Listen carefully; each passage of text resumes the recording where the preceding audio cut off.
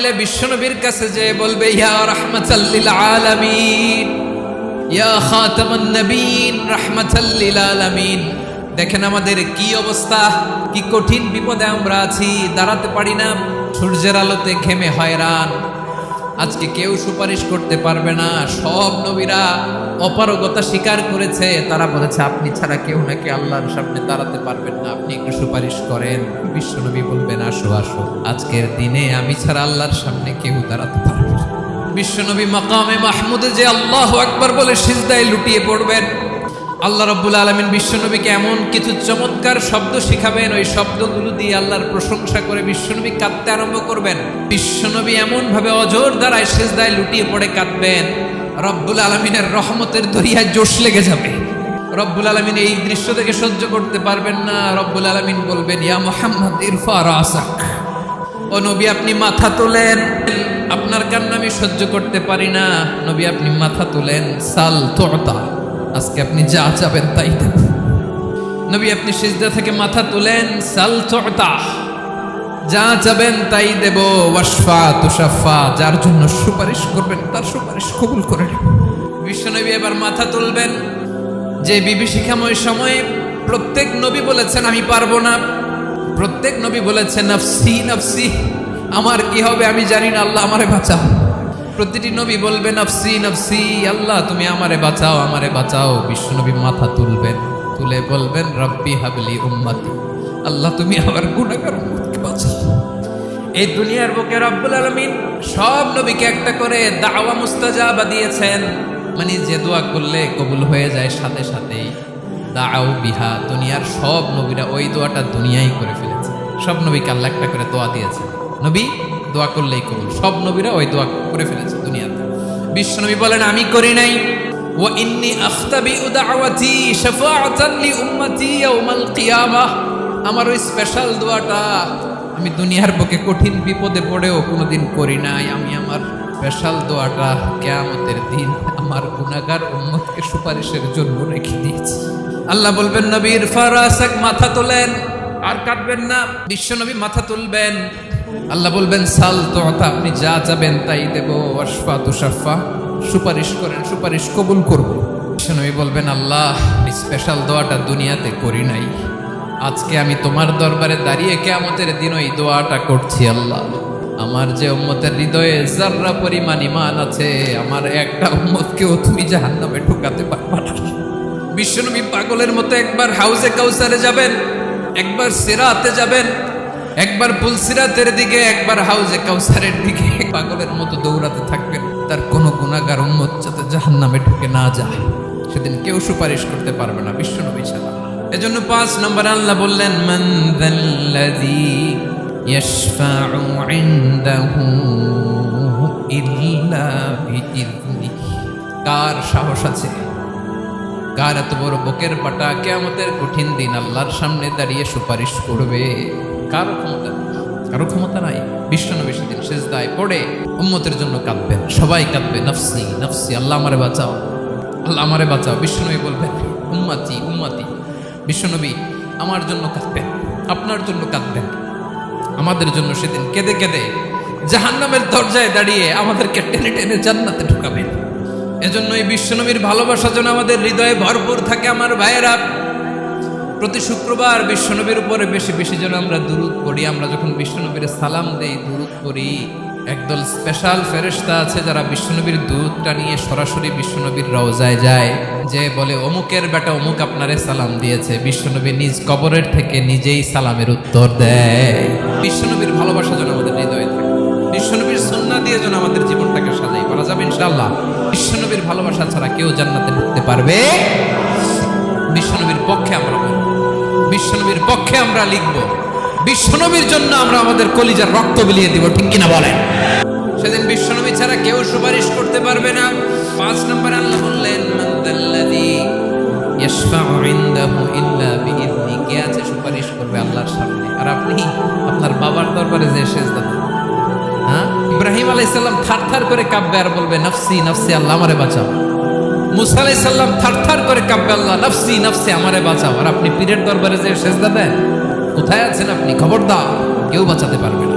যাকে ইল্লা আল্লাহ যাকে অনুমতি দেন বিশ্বনবীকে দিবেন, নবীদেরকে দিবেন। এরপরে আল্লাহ তার স্পেশাল ওয়ালিদেরকে, মুত্তাকিনদেরকে, শহীদদেরকে, সিলেক্টেড বান্দাদেরকে দিবেন। কিন্তু কাকে দিবেন, কার জন্য দিবেন দুনিয়ার কেউ জানে না, একজন ছাড়া তিনি কে। আল্লাহর ওয়ালিদেরকে, নেককার লোকদেরকে আল্লাহ সুপারিশের অনুমতি দিবেন, কিন্তু আপনি যারে মানেন, যার পায়ে সেজদায় লুটিয়ে পড়ে থাকেন, তারে যে আল্লাহ দিবেন এটার কোনো গ্যারান্টি আছে? এজন্য জপতে হবে একজনের নাম, আওয়াজ করে বলুন তিনি কে। আয়াতুল কুরসির 5 নম্বর কথা হচ্ছে, সেদিন কেউ কারো উপকারে আসবে না, সুপারিশ করার সুযোগ পাবে না, আল্লাহ যাকে অনুমতি দেয় তিনি ছাড়া।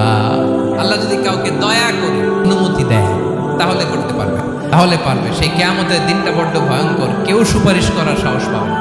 আরে আমার অবস্থা কি আমি জানি না, আমি আবার কারোর জন্য সুপারিশ করব? কথা বুঝেন নাই? আমার কি হবে আমি জানি, তা আমি আরেকজনকে নিয়ে টেনশন করার সুযোগ কোথায়? ইয়া নাফসি, ইয়া নাফসি, আল্লাহ আমারে বাঁচাও, আমারে বাঁচাও, আমারে বাঁচাও। কাঁদতে কাঁদতে মানুষ হয়রান হয়ে যাবে, এ নাকি আবার আরেকজনের বাঁচাও। বিশ্বনবী বলেন, বিশ্বনবী একবার ছাগলের রান খাচ্ছিলেন, রান খেতে খেতে বিশ্বনবী বলেন, আনা সাইয়্যিদুন নাসি ইয়াউমাল কিয়ামা, আমি কিয়ামতের দিন সর্বশ্রেষ্ঠ হব, মানুষের মধ্যে সর্বশ্রেষ্ঠ সেরা আমি বিশ্বনবী। আলহামদুলিল্লাহ। বিশ্বনবী বলেন, সেদিনটা বড্ড ভয়ঙ্কর, সেদিন কেউ কারো কোনো উপকারে আসবে না, বন্ধু বন্ধুর কাজে আসবে না, স্ত্রী স্বামীর উপকারে আসবে না, স্বামী স্ত্রীর উপকারে আসবে না, সাহেব মুরিদরে বাঁচাতে পারবে না, মুরিদ পীর সাহেবরে বাঁচাতে পারবে না, নেতা কর্মীর পরিচয় দিবে না, কর্মী নেতার পরিচয় দিবে না, ভাই বোনকে চিনবে না, বোন ভাইকে চিনবে না, বাবা তার সন্তানকে চিনবে না, মেয়েকে দেখে মা দৌড়ে দৌড়ে পালাবে। ভয়ঙ্কর দিন। বিশ্বনবী বলবেন, জমিনটা এখনকার মতো থাকবে না, পুরো জমিনটা সমান হয়ে যাবে, ফ্ল্যাট। এখন তো গোল, তখন ফ্ল্যাট। সবাই এক জমিনের উপরে দাঁড়াবে, সূর্যটা মাথার কাছে চলে আসবে, সূর্যের গরমে মানুষের মাথার মগজ গলে গলে কানের ছিদ্র, নাকের ছিদ্র দিয়ে বেয়ে বেয়ে পড়বে। সবাই হয়রান, পেরেশান, ক্লান্ত শ্রান্ত। মানুষগুলো বলবে বাঁচার কোনো উপায় নাই। 50,000 বছর মানুষ এরকম দৌড়াবে, চিৎকার করবে, কাঁদবে, বাঁচার কোনো উপায় নাই। সবাই বলবে, আল্লাহ যদি বিচারটা শুরু করতো, যা হবার হবে, আগে বিচার শুরু।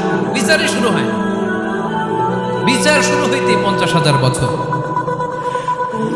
আল্লাহ, 50,000 বছর, 5,000, 15,000, 50,000 বছরের কথা।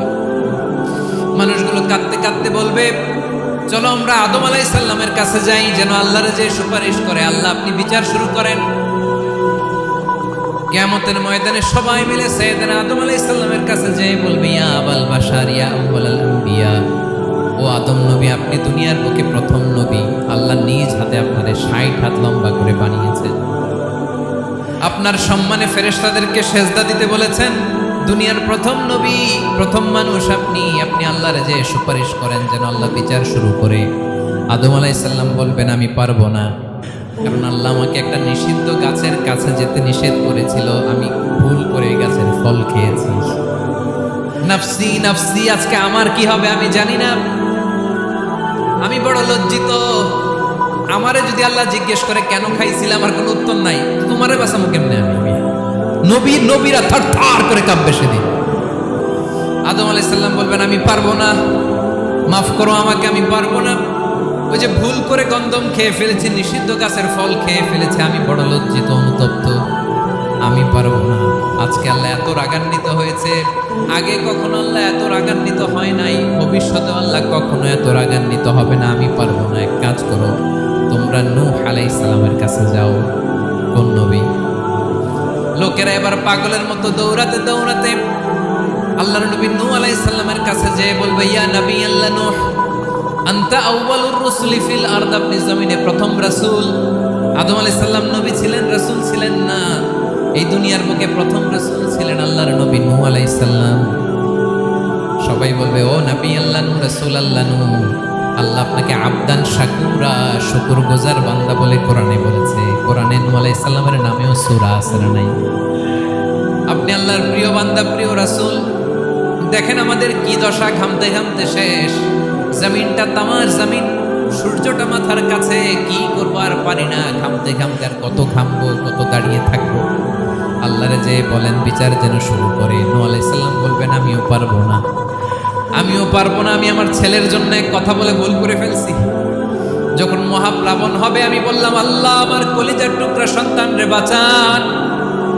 আল্লাহ বললেন, ও নূহ, সে তোমার সন্তান না, কারণ সে ঈমান আনে নাই, সে পাহাড়ের উপর দাঁড়িয়েছে, দেখি কেমনে সে বাঁচে।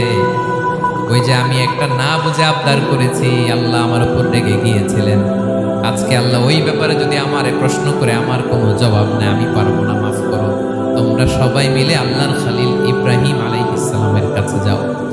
লোকগুলো পাগলের মতো খুঁজতে আরম্ভ করবে, অযুত লক্ষ নিযুত কোটি মানুষের ভিড়ে আল্লাহর খলিল ইব্রাহিমকে যেয়ে বলবে, ইয়া খলিলুল্লাহ, ও আল্লাহর খলিল, আল্লাহ আপনাকে বড্ড ভালোবেসেছেন, আপনি কাবা বানিয়েছেন, আল্লাহ আপনাকে বড্ড পছন্দ করেন। দেখেন আমাদের কি অবস্থা। আপনি যে আল্লাহর কাছে সুপারিশ করেন যেন আল্লাহ আজকে বিচার শুরু করে। আল্লাহর নবী ইব্রাহিম বলবেন, আমিও পারবো না, আমি আমার জীবদ্দশায় 3টা মিথ্যা বলেছি। কয়টা?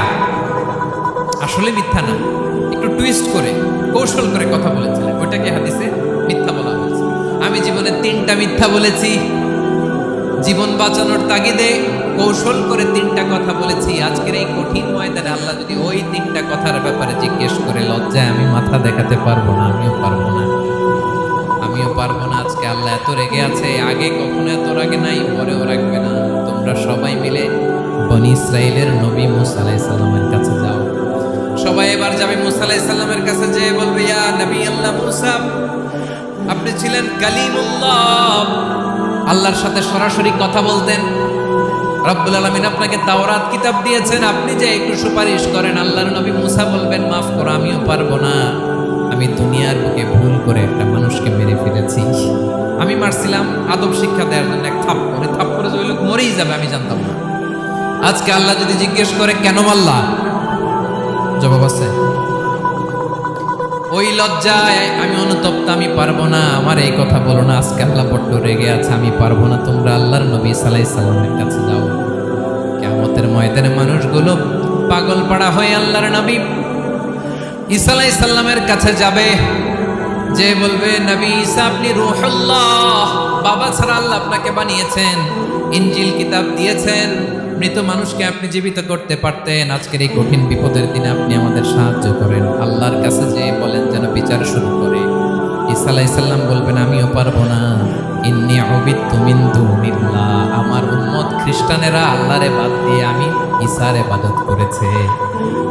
আমার মা ম্যারি আর আমাকে ডাকতো জেসাস ক্রাইস্ট, আমার ইবাদত করেছে, যদিও আমি আমার ইবাদত করতে বলি না। ঈসা আলাইহিস সালামও ইবাদত করতে বলেছেন একজনের, তিনি কে? আল্লাহর নবী ঈসা আলাইহিস সালাম বলবেন, আমিও পারবো না, আজকে আল্লাহ অনেক রেগে আছে, আমি পারবো না। তবে একটা পরামর্শ দিতে পারি, একটা সাজেশন দিতে পারি। আজকের দিনে এই কঠিন মুসিবতের কালে, এই কঠিন সময়ে কেউ আল্লাহর দরবারে দাঁড়িয়ে একটা টু শব্দ করার ক্ষমতা কারো নাই, একমাত্র আখিরি জামানের পয়গম্বর বিশ্বনবী মুহাম্মদুর রাসূলুল্লাহ ছাড়া। মানুষগুলো এবার আগুনের মধ্যে পানি দিলে যেমনি আগুন নিভে যায়, দাউ দাউ করা হৃদয়ে জ্বলন্ত আগুন তাদের ঠান্ডা হবে। কিয়ামতের ময়দানে ওই বিভীষিকাময় সময়ে, মুসিবতের কালে মানুষগুলো পাগল হয়ে বিশ্বনবীকে খুঁজতে আরম্ভ করবে। সবাই মিলে বিশ্বনবীর কাছে যে বলবে, ইয়া রাহমাতাল লিল আলামিন, ইয়া খাতামান নবিয়্যিন, রাহমাতাল লিল আলামিন। দেখেন আমাদের কি অবস্থা, কি কঠিন বিপদে আমরা আছি, দাঁড়াতে পারি না, সূর্যের আলোতে ঘেমে হয়রান। আজকে কেউ সুপারিশ করতে পারবে না। সব নবীরা অপারগতা স্বীকার করেছে, তারা বলেছে আপনি ছাড়া কেউ নাকি আল্লাহর সামনে দাঁড়াতে পারবেন না, আপনি একটু সুপারিশ করেন। বিশ্বনবী বলবেন, আসো আসো, আজকের দিনে আমি ছাড়া আল্লাহর সামনে কেউ দাঁড়াতে পারবে না। বিশ্বনবী বলবেন, আল্লাহ ওই স্পেশাল দোয়াটা দুনিয়াতে করি নাই, আজকে আমি তোমার দরবারে দাঁড়িয়ে কিয়ামতের দিন ওই দোয়াটা করছি। আল্লাহ, আমার যে উম্মতের হৃদয়ে যাররা পরিমাণ ঈমান আছে, আমার একটা উম্মতকেও তুমি জাহান্নামে ঢোকাতে পারবা না। বিশ্বনবী পাগলের মতো একবার হাউজে কাউসারে যাবেন, একবার সিরাতে যাবেন, একবার পুলসিরাতের দিকে, একবার হাউজে কাউসারের দিকে, পাগলের মতো দৌড়াতে থাকবেন, তার কোনো গুনাহগার উম্মত যাতে জাহান্নামে ঢুকে না যায় সেদিন কেউ সুপারিশ করতে পারবে না বিশ্বনবীর সাথে, কারো ক্ষমতা নাই। বিশ্বনবী সেদিন সেজদায় পড়ে উম্মতের জন্য কাঁদবেন, সবাই কাঁদবে, নফসি নফসি, আল্লাহ আমারে বাঁচাও, আল্লাহ আমারে বাঁচাও। বিশ্বনবী বলবেন উম্মতি উম্মতি, বিশ্বনবী আমার জন্য কাঁদবেন, আপনার জন্য কাঁদবেন, আমাদের জন্য সেদিন কেঁদে কেঁদে জাহান্নামের দরজায় দাঁড়িয়ে আমাদেরকে টেনে টেনে জান্নাতে ঢুকাবেন। এজন্য এই বিশ্বনবীর ভালোবাসা যেন আমাদের হৃদয়ে ভরপুর থাকে। আমার ভাইয়েরা, প্রতি শুক্রবার বিশ্বনবীর উপরে বেশি বেশি যেন আমরা দুরূদ পড়ি। আমরা যখন বিশ্বনবীর সালাম দেই, দুরূদ পড়ি, একদল স্পেশাল ফেরেশতা আছে যারা বিশ্বনবীর দুরূদটা নিয়ে সরাসরি বিশ্বনবীর রওজায় যায়, যে বলে অমুকের বেটা অমুক আপনারে সালাম দিয়েছে। বিশ্বনবী নিজ কবরের থেকে নিজেই সালামের উত্তর দেয়। বিশ্বনবীর ভালোবাসা যেন আমাদের হৃদয়ে থাকে, বিশ্বনবীর সুন্নাহ দিয়ে যেন আমাদের জীবনটাকে